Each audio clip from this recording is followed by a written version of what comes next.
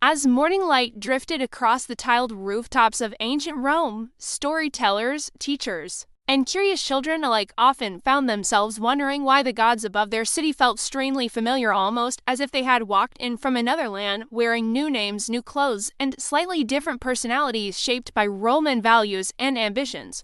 Long before Rome ruled roads, armies, and cities, the Greeks had already filled the sky with powerful gods who argued, loved, failed, and triumphed like dramatic heroes in an endless play. And when Romans encountered these stories, they listened carefully, admired deeply, and quietly began adapting them to fit their own growing world. Instead of throwing away Greek myths, Roman thinkers carefully studied them, compared them to local traditions, and decided that many Greek gods could be welcomed into Rome as honored guests as long as they learned to speak Latin, respect Roman discipline, and serve the goals of a mighty empire. This blending of belief did not happen overnight because religion in the ancient world grew slowly like a city itself, adding new temples, new festivals, and new roles while keeping old foundations firmly buried beneath marble floors and painted ceilings. At the heart of this divine comparison stood Zeus and Jupiter, two sky gods who both hurled thunderbolts, ruled from above, and demanded respect, yet felt different in spirit because Zeus behaved like a dramatic king of a quarrelsome family, while Jupiter stood tall as a symbol of law, order, and Roman authority. Greek children hearing stories of Zeus often imagine a powerful god who argued with his wife, tricked his rivals, and transformed himself into strange creatures. While Roman children learned about Jupiter as a steady guardian of the state who watched over laws, oaths, and the fate of the entire republic. Hera and Juno shared another complicated mirror because both protected marriage and family, yet Greek myths painted Hera as fiercely jealous and quick to punish rivals, while Roman tradition reshaped Juno into a dignified protector of women, childbirth, and the unity of the Roman people. As stories crossed borders, the Romans trimmed away some of the wild drama and sharpened ideas they valued most, such as loyalty, duty, and service to the community, turning divine tales into lessons that felt useful for citizens, soldiers, and leaders alike. Athena and Minerva offered one of the clearest examples of this transformation, since Athena sprang from Greek myths as a clever warrior goddess who loved strategy, wisdom, and artistic skill, while Minerva stepped into Roman life as a calm symbol of intelligence, crafts, and practical problem-solving. Greek heroes often sought Athena's clever advice before battle, trusting her sharp mind and flexible thinking, whereas Roman students and craftsmen honored Minerva when learning skills, designing tools, or planning orderly solutions to everyday challenges. Ares and Mars shared armor and weapons, yet their reputations could not have been more different because Ares embodied the chaos, noise, and fury of battle that even Greeks found frightening, while Mars became one of Rome's most respected gods as a protector of soldiers, farms, and national strength. Roman children learned that Mars was not just about fighting, but about discipline, courage, and the defense of home and land, which made him feel like a heroic ancestor rather than a dangerous troublemaker. Aphrodite and Venus revealed another gentle shift, since Aphrodite ruled Greek myths as a sparkling goddess of love who caused heartbreak, jealousy, and dramatic romance, while Venus grew into a symbol of beauty, harmony, and even Roman destiny itself. Romans proudly claimed Venus as the ancestor of their legendary founder Aeneas, weaving love and beauty directly into the story of Rome's creation and future greatness. Hermes and Mercury moved quickly between worlds, sharing winged sandals and clever smiles, yet Hermes often felt playful and mischievous in Greek tales, while Mercury became a sharp-minded messenger tied to trade, travel, and communication across the empire. Merchants prayed to Mercury before long journeys, hoping for safe roads and successful deals, because Roman gods were expected to help with real-world goals rather than simply entertain with dramatic adventures. Poseidon and Neptune ruled the seas, shaking waters with tridents and storms, but Greeks feared Poseidon's unpredictable temper, while Romans treated Neptune as a calmer guardian of oceans, rivers, and naval power. As Rome expanded across coastlines, Neptune's importance grew, linking divine favor to ships, harbors, and the safety of sailors carrying Rome's influence far from home. Hades and Pluto ruled the underworld, yet Greek stories described Hades as dark, distant, and rarely worshipped, while Romans viewed Pluto as a mysterious keeper of both the dead and the hidden riches beneath the earth. By connecting Pluto to wealth and growth, Romans softened fear with practicality, reminding people that even unseen realms had useful purposes within the grand order of the universe. Apollo crossed cultures almost unchanged because Romans admired Greek art and learning so deeply that they kept Apollo's name, honoring him as a god of music, medicine, prophecy, and sunlight. Temples to Apollo stood as places of healing and inspiration, showing how some Greek ideas fit Roman life so perfectly that they needed little adjustment. Artemis and Diana guarded nature, hunting, and the moon, but while Artemis often appeared distant and wild in Greek stories, Diana became a protective goddess linked closely to Roman women and the rhythms of daily life.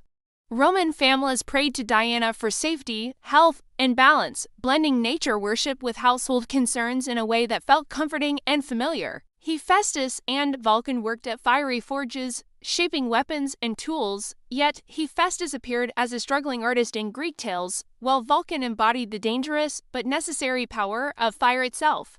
Romans respected Vulcan with caution, building temples outside city centers to keep destructive flames at bay while honoring craftsmanship and controlled strength.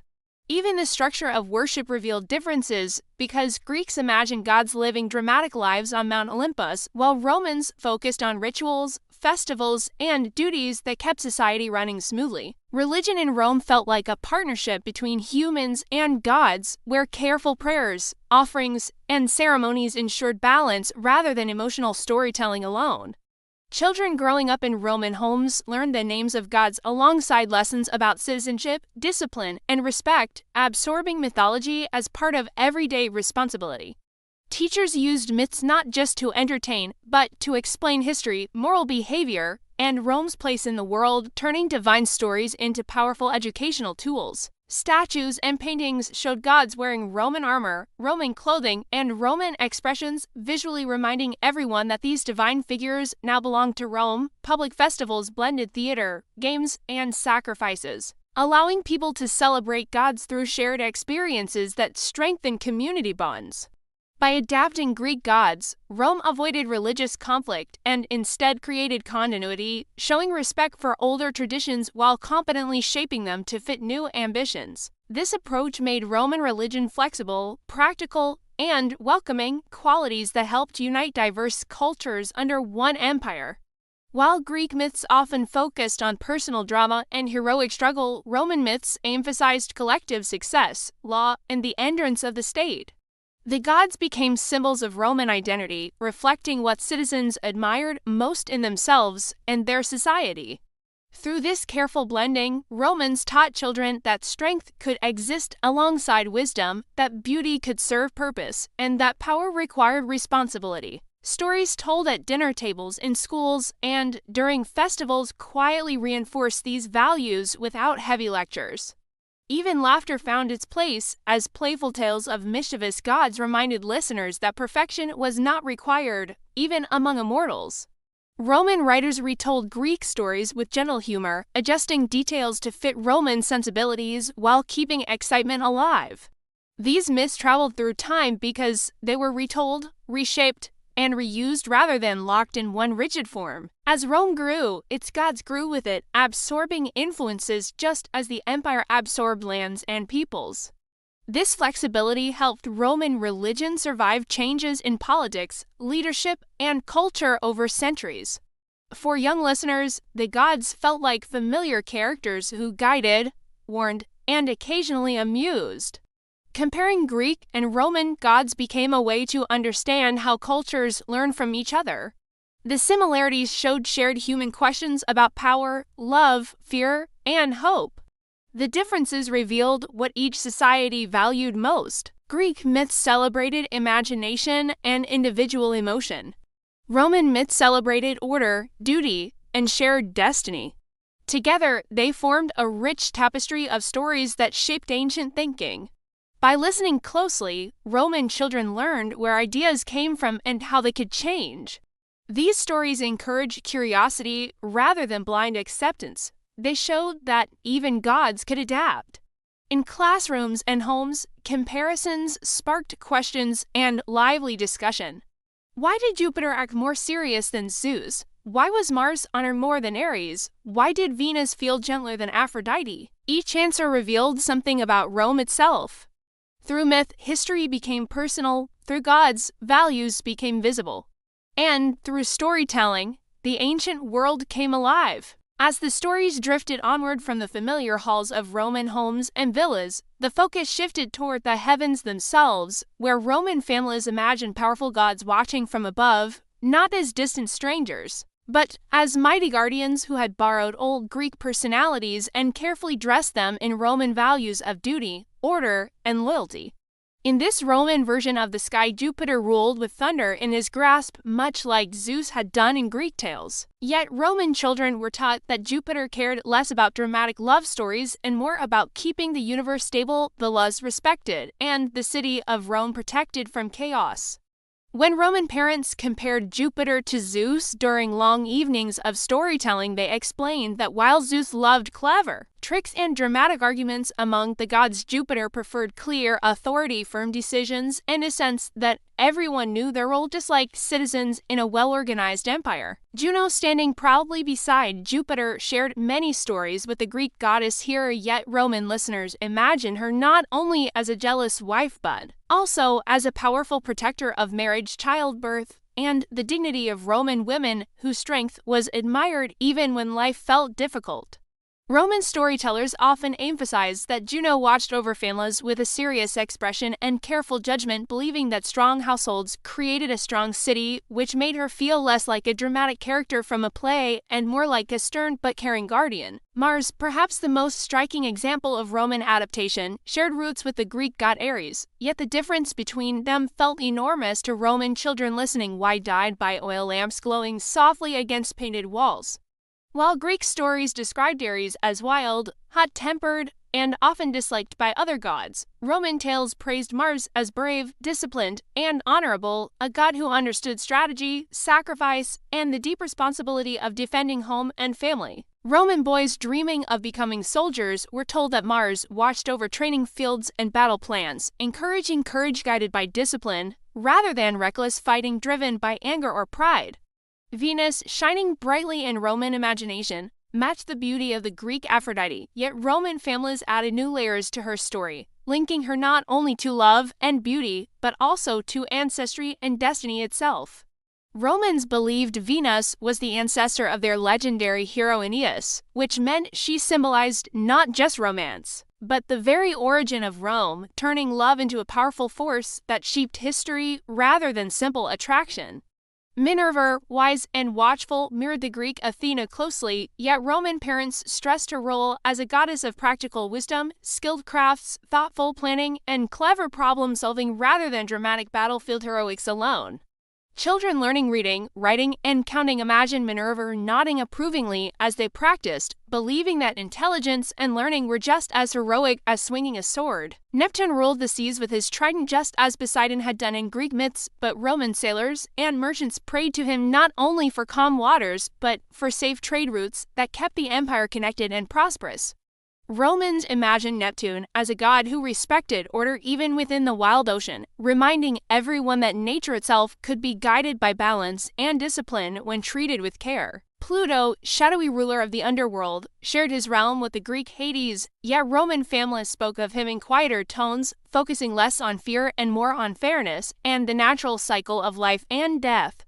Instead of terrifying children with endless punishments, Roman stories suggested that Pluto ensured balance, reminding everyone that every life had meaning and every ending made room for something new. Mercury, quick-footed and clever, flew through Roman myths much like Hermes did in Greek tales, delivering messages, guiding travelers, and protecting merchants who relied on speed and intelligence to succeed. Roman merchants admired Mercury not for playful tricks alone, but for his sharp mind, persuasive speech, and ability to navigate complex situations, which felt very important in busy markets filled with voices and movement.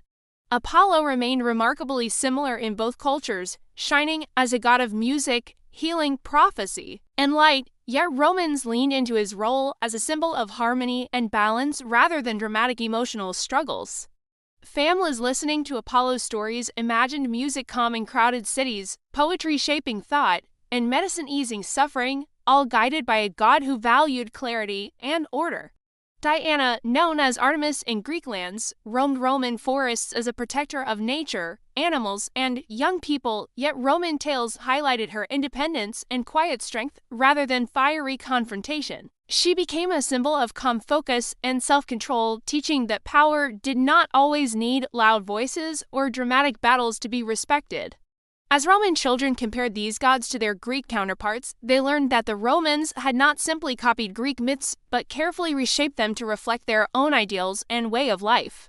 Greek myths often felt like exciting plays filled with emotional arguments, dramatic mistakes, and surprising twists, while Roman myths felt more like lessons woven into stories about responsibility and community. Romans admired Greek creativity and imagination, yet they believed stories should guide behavior, strengthen character, and encourage service to family and state.